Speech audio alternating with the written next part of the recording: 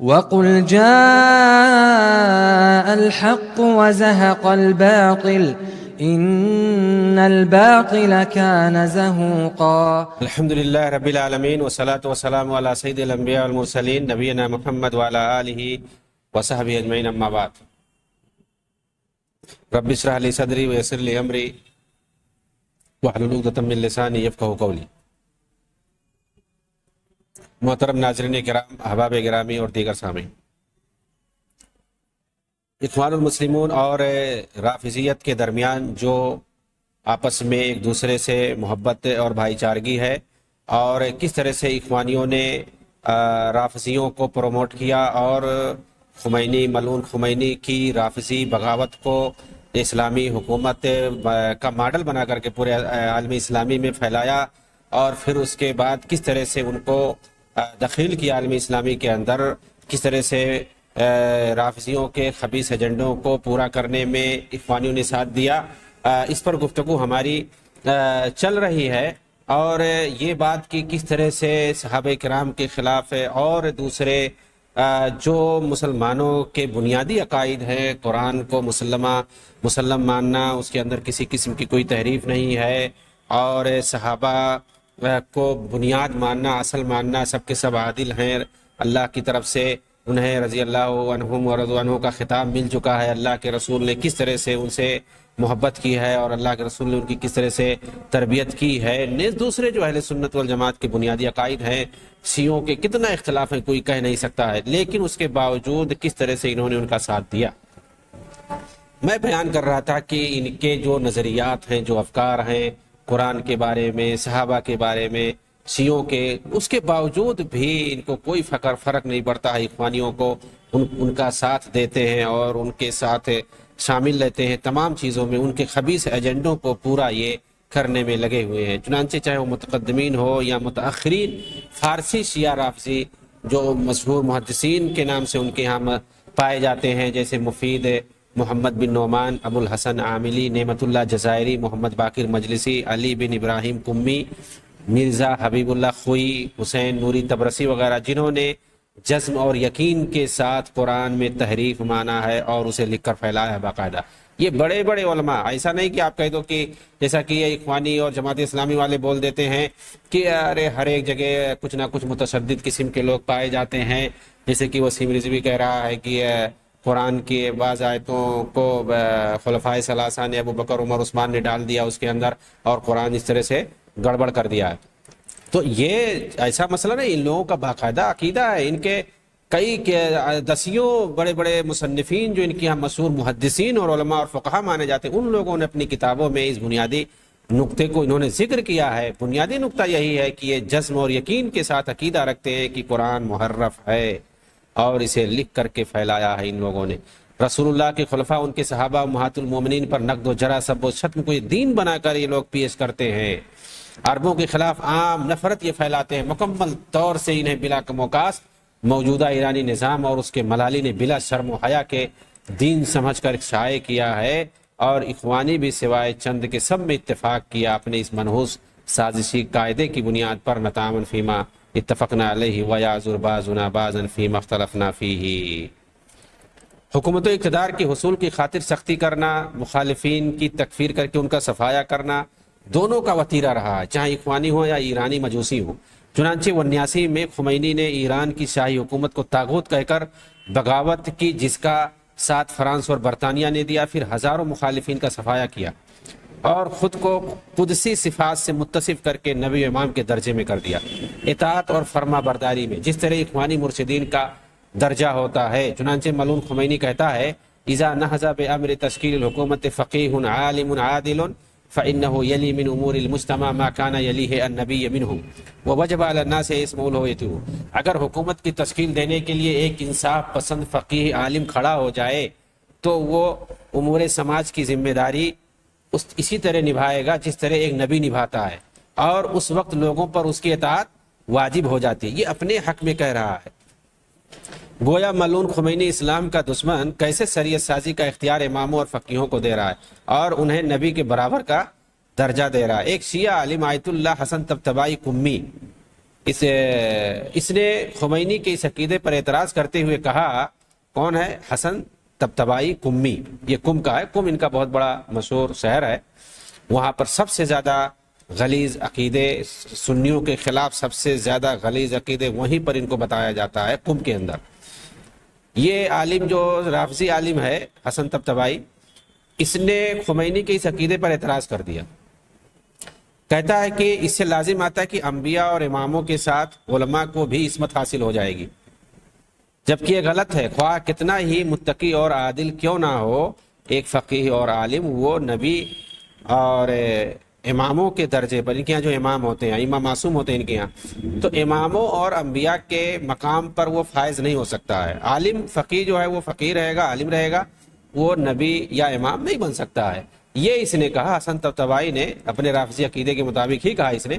اس بندے کے اعتراض کرنے کی وجہ سے اسے جیل میں ڈال دیا گیا اور سخت سزاؤں سے اسے دوچار کیا گیا، 24 گھنٹہ حکومتی نگرانی میں رکھا گیا اسے۔ یہ ہے خمینی نظام کا ایک نمونہ کہ اس کے کسی قول پر کوئی رافضی عالم بھی اعتراض نہیں کر سکتا ہے۔ اسی طرح کی سختی اور ایک اور رافضی عالم آیت اللہ محمد کاظم شریعت مداری 1986 میں بری طرح مارا گیا، اس کے ساتھ بھی کیا گیا یہی سلوک، جب اس نے ولایت الفقیہی نظام کی مخالفت کی تھی، کیونکہ شیعوں کی شریعت میں یہ ایک طرح سے تحریف ہے، بلکہ امام غائب جو ان کے یہاں اصل حاکم ہوتا ہے اس کی جگہ لینے کے برابر ہے ولایت الفقیہی نظریہ۔ مگر رافضی شریعت کے اعتبار سے اس بنیادی اور جائز اختلاف کے باوجود اس بندے پر سختیاں کی گئیں اور اسے کینسر جیسی بیماری کا علاج کرنے کے لیے گھر سے باہر جانے کی اجازت نہیں دی گئی،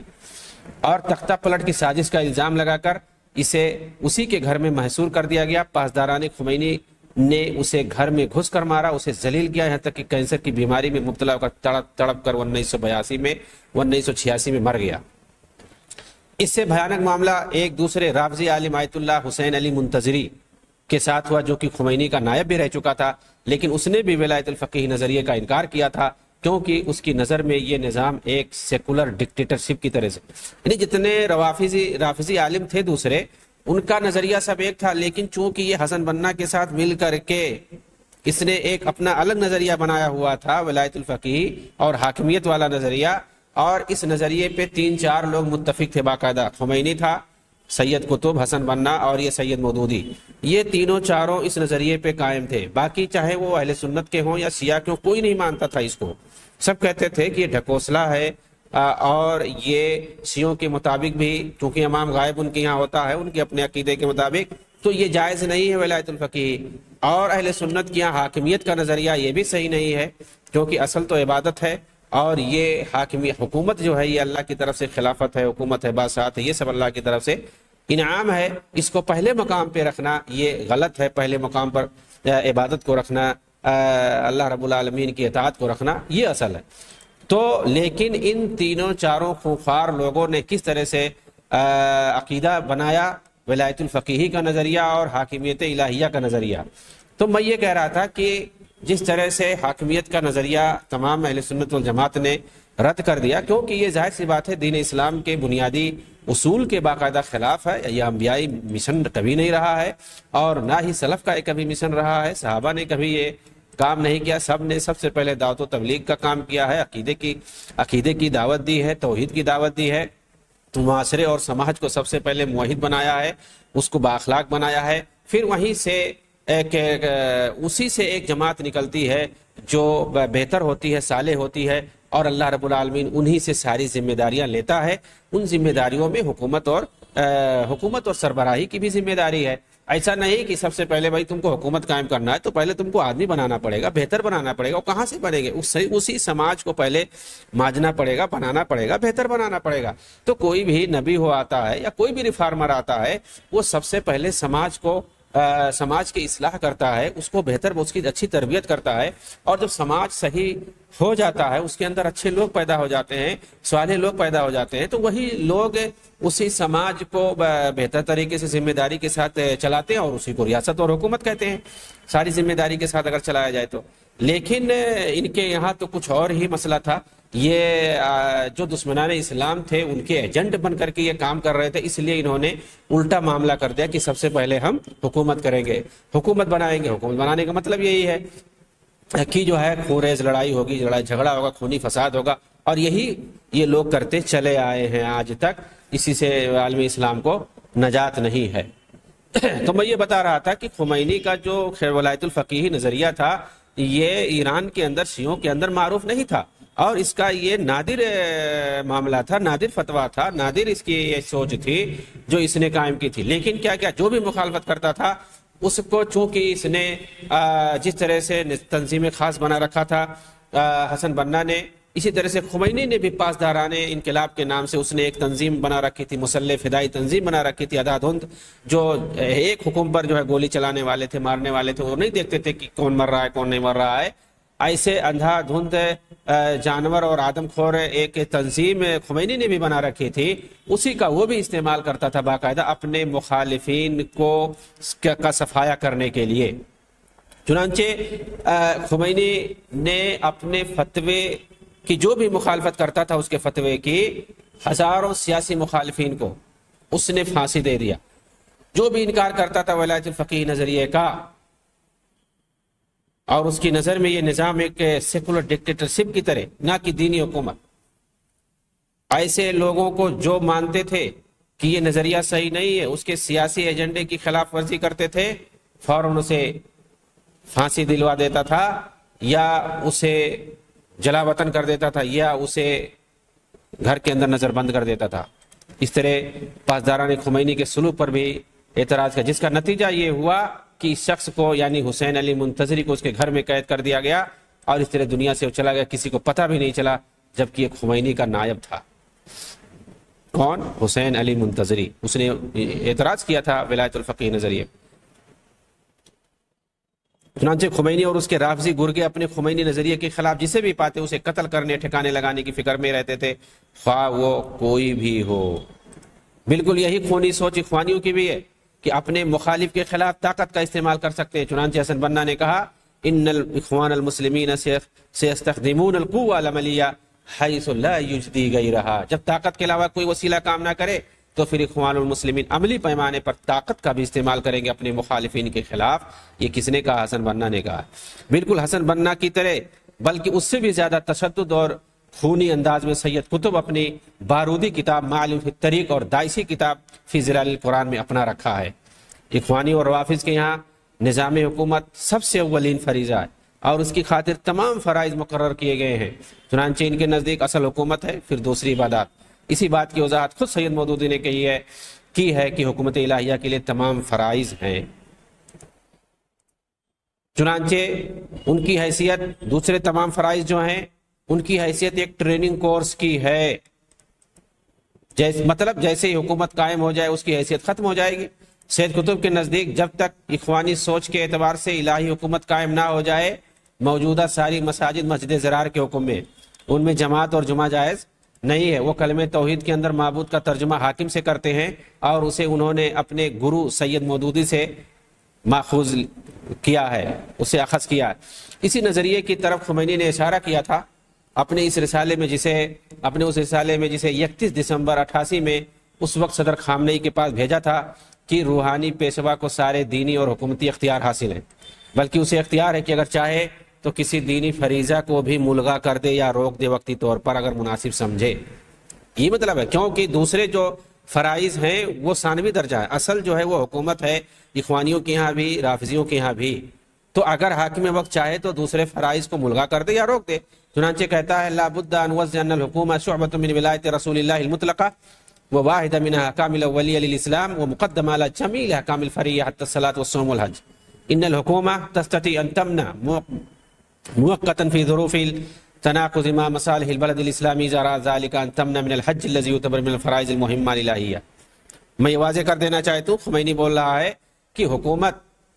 یہ رسول اللہ کی ولایت مطلقہ کا حصہ ہے اور اسلام کے اولین احکام میں سے ہے، بلکہ تمام فرعی احکام پر مقدم ہے، یہاں تک کہ صوم و صلاۃ اور حج پر بھی حکومت کو اختیار ہے اگر چاہے تو ملکی مصلحت کی خاطر کسی بھی احکام شریعت کو وقتی طور پر روک دے، جیسے حج سے روک دے جو کہ ایک اہم الہی فریضہ ہے۔ رافضیوں اور اخوانیوں کے اس خونی نظریے سے سب سے زیادہ نقصان عراق اور سعودی عرب کو ہوا ہے، یہ ہر کوئی جانتا ہے۔ 1961 میں عراق کے اندر اخوانی تنظیم پر پابندی کے بعد ہی یہ وہاں کے حکومت مخالف رافضیوں کے ساتھ ہو گئے تھے۔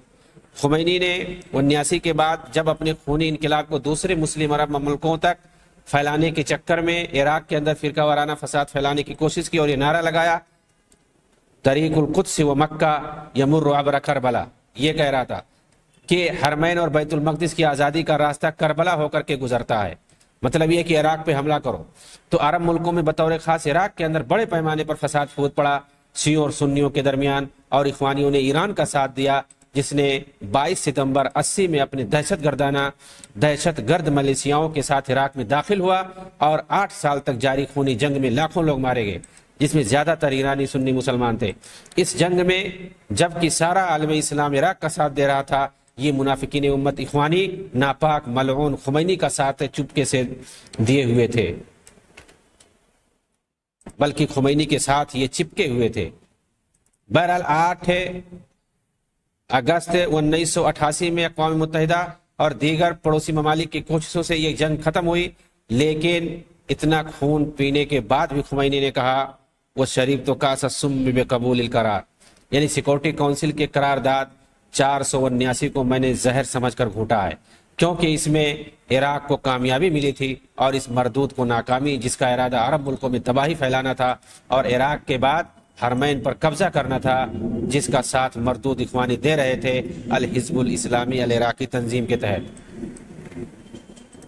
چنانچہ خمینی کے اسی مقصد کو پورا کرنے کی خاطر 1984-1987 کے درمیان حرمین کے اندر 2 مظاہرے کیے گئے ایرانی حجاج اور زائرین کے ذریعے۔ پہلا مظاہرہ مدینہ کے اندر وحدت کے نام سے اور دوسرا مکہ کے اندر مشرکین سے برات کے نام سے، جس میں سیکورٹی فورسز کے ساتھ ایرانی خبیث ایجنٹوں کا جھڑپ بھی ہوا۔ آخر آپ بتائیں مکہ کے اندر مشرکین سے برات کے نام پر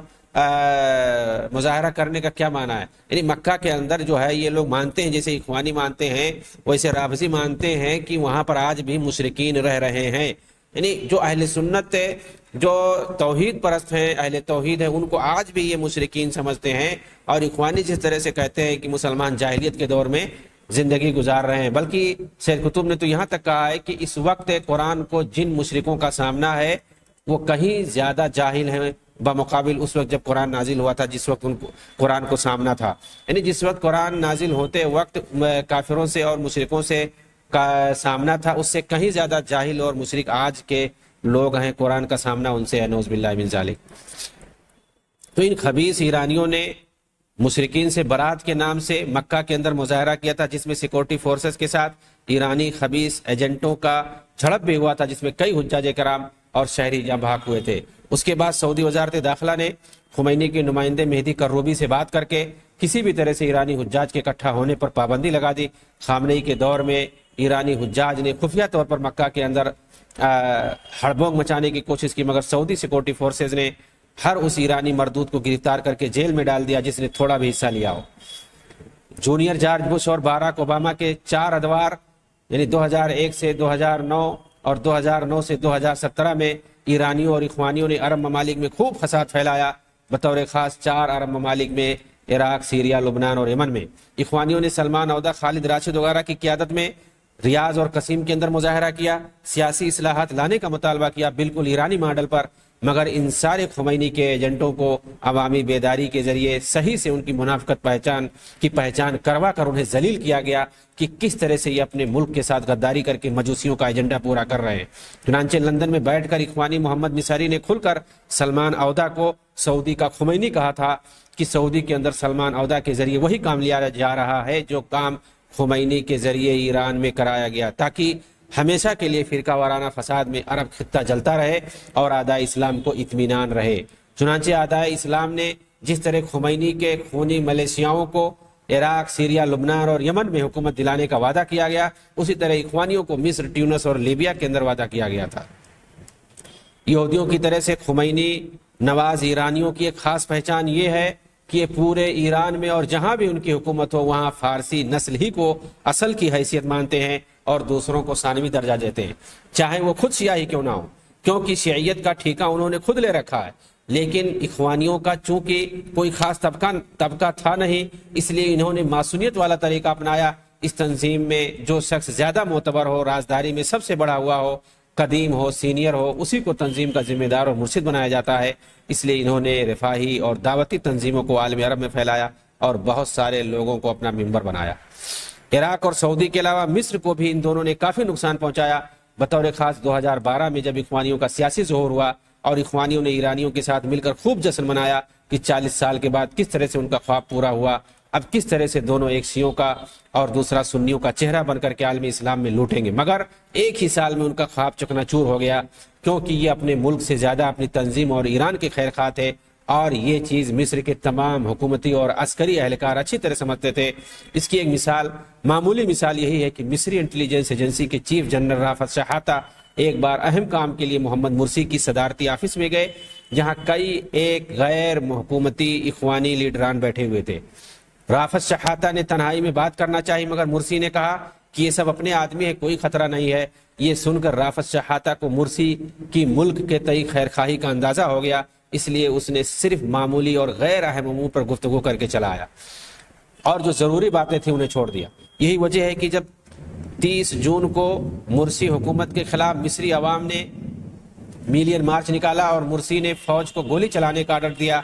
تو فوجی جنرل نے آرڈر ماننے سے انکار کر دیا اور الٹا حکومت کو الٹیمیٹم دے کر 3 جولائی 2013 کو تختہ پلٹ کر دیا۔ رافت شحاتہ نے مصری الیوم کو انٹرویو دیتے ہوئے کہا کہ حکومت کے تمام محکمے مرسی کے ساتھ خیر خواہانہ جذبے کے تحت کام کر رہے تھے،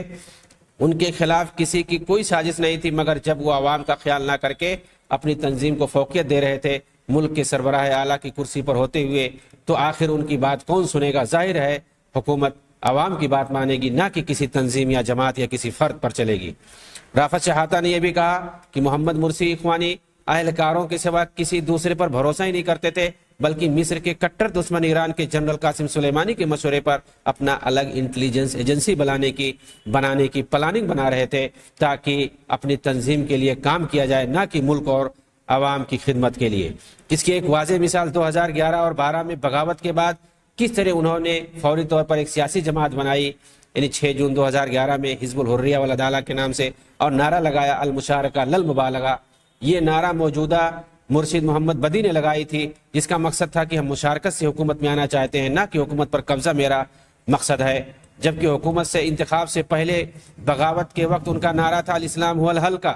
اس طرح عوام اور سیاسی جماعتیں سب اس تنظیم کے دھوکے میں آ گئے اور جوڑ توڑ کے ذریعے حکومت میں آ گئے۔ پھر اس کے بعد عوامی اور ملکی اصلاحات کے بجائے تنظیمی مقاصد کو پورا کرنے میں یہ لوگ لگ گئے، بلکہ پورے سرکاری محکموں کو اخونت و مؤسسات الدولہ یعنی اخوانی بنانے میں لگ گئے۔ مصری عوام نے جب ان کے قول و عمل تضاد دیکھا اور خود کو پہلے سے زیادہ پریشانی میں مبتلا پایا، تو حکومت کے خلاف میلین مارچ نکالا اور اسے گرا کر کے دکھا دیا۔ یہ معلوم رہے کہ مصری قوم اس وقت حکومت کے خلاف اتنی بڑی تعداد سے نکلی تھی جب انقلاب سول حکومت اور فوجی سسٹم پر مکمل طور سے قابض ہو کر دشمنوں کے حوالے کیا جا رہا تھا۔ مصری قومیت میں بھاری تبدیلی لائی جا رہی تھی اور دوسری طرف معاشی اور سلامتی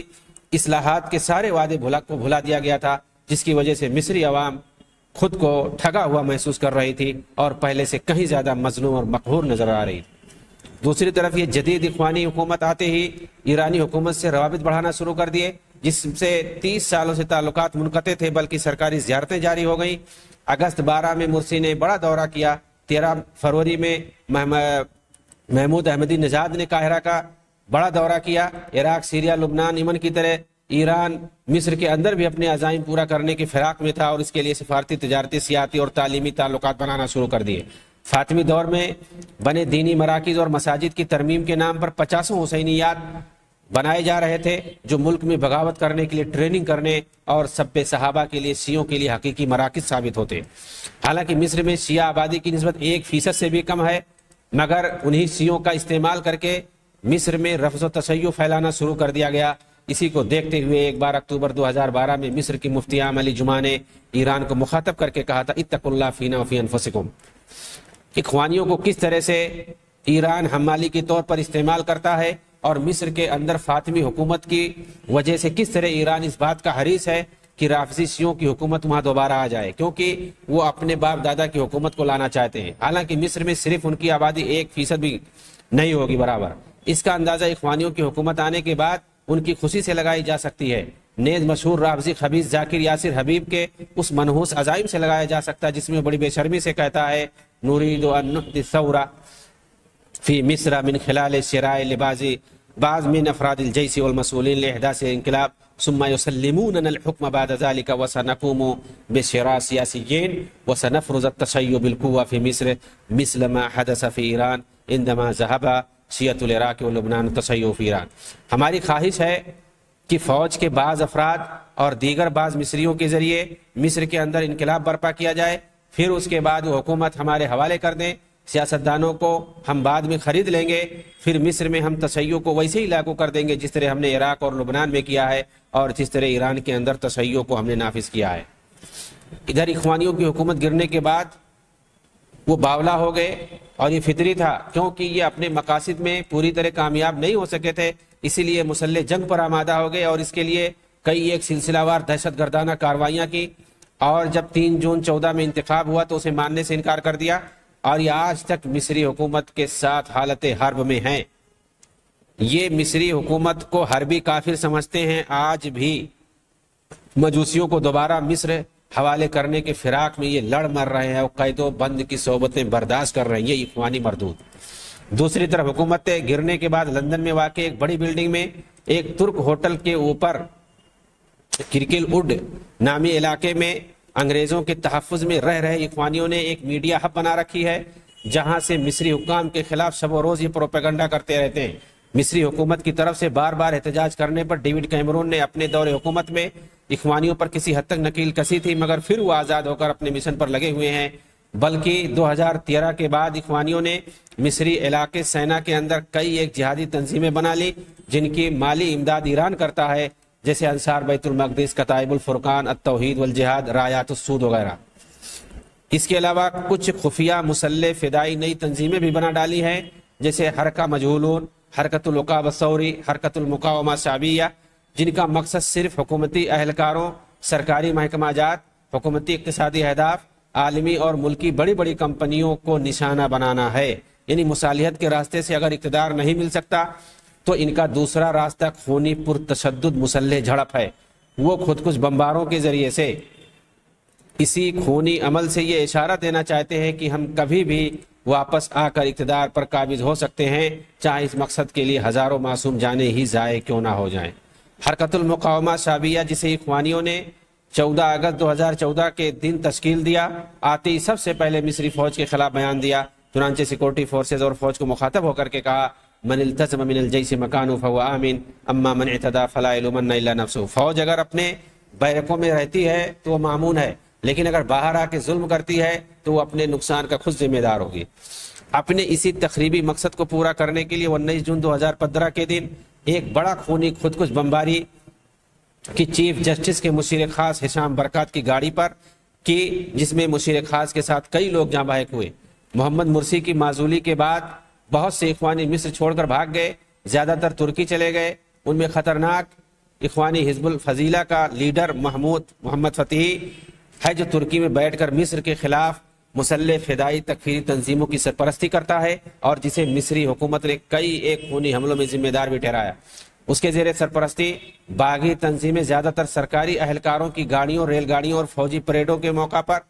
خود کچھ بمباری کرنا، بجلی کے کھمبوں اور ریل کی پٹریوں پر ٹائم بم رکھنا جس میں کئی معصوم جانیں ضائع ہوتی ہیں.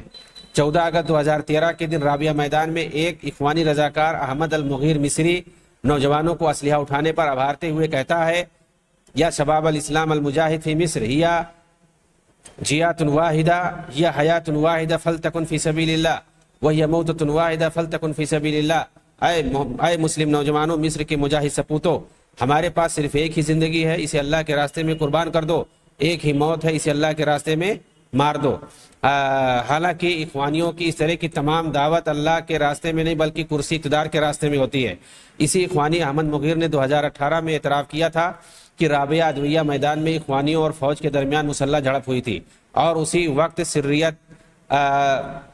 طیبہ مول کے نام سے خفیہ مسلح فدائی تنظیم تشکیل بھی سریت و طیبت مول دی گئی تھی. اقتدار کی خاطر مصر کو صرف اخوانیوں ہی نے نقصان نہیں پہنچایا بلکہ ایرانی خبیث نظام بھی اس میں برابر کا شریک کار رہی ہے. چنانچہ موقع البوابہ نامی اردنی ویب سائٹ نے انکشاف کیا ہے کہ لیبیا کے اندر ایران نے جیش و مصر الحر کے نام سے ایک مسلح فدائی خونی تنظیم کی تربیت دی ہے، جس کے اندر بھگیڑو اخوانی جو لیبیا اور سیریا جا کر حزب اللہ اور داعشیوں کے ساتھ لڑ رہے ہیں، پاسداران شیطانی انقلاب کی ذیلی عسکری خونی تنظیم فیلق القدس کے عناصر اس میں شامل ہیں۔ لیبیا کے مشرقی شمالی شہر مصراتہ میں انہیں ایرانی جنرل تربیت دے رہے ہیں۔ ان میں مشہور نام ابو داؤد زہیری اور کرم عمرانی کا نام آتا ہے۔ اس تنظیم کا مقصد مغربی جہت سے مصری علاقوں کو ٹارگٹ کرنا ہے۔ اسی طرح ایرانی پاسداران شیطانی انقلاب کی ذیلی تنظیم فیلق القدس نے سوڈان میں موجود اخوانیوں کی مدد سے اخوانیوں کی ایک مزید مسلح تنظیم کی تربیت دی ہے تاکہ مصر پر جنوبی جہت سے حملہ کیا جائے اور اسے ٹارگٹ کیا جائے، لیکن مصری حکومت اخوانیوں اور ایرانیوں کے تمام مسلح ایجنڈوں کو ناکام بنا دیا ہے، چاہے وہ مشرقی جہت سے سینا اور اسرائیل کی طرف سے ہو یا شمال مغربی جہت سے لیبیا کی طرف سے ہو یا جنوبی جہت سے سوڈان کی طرف سے ہو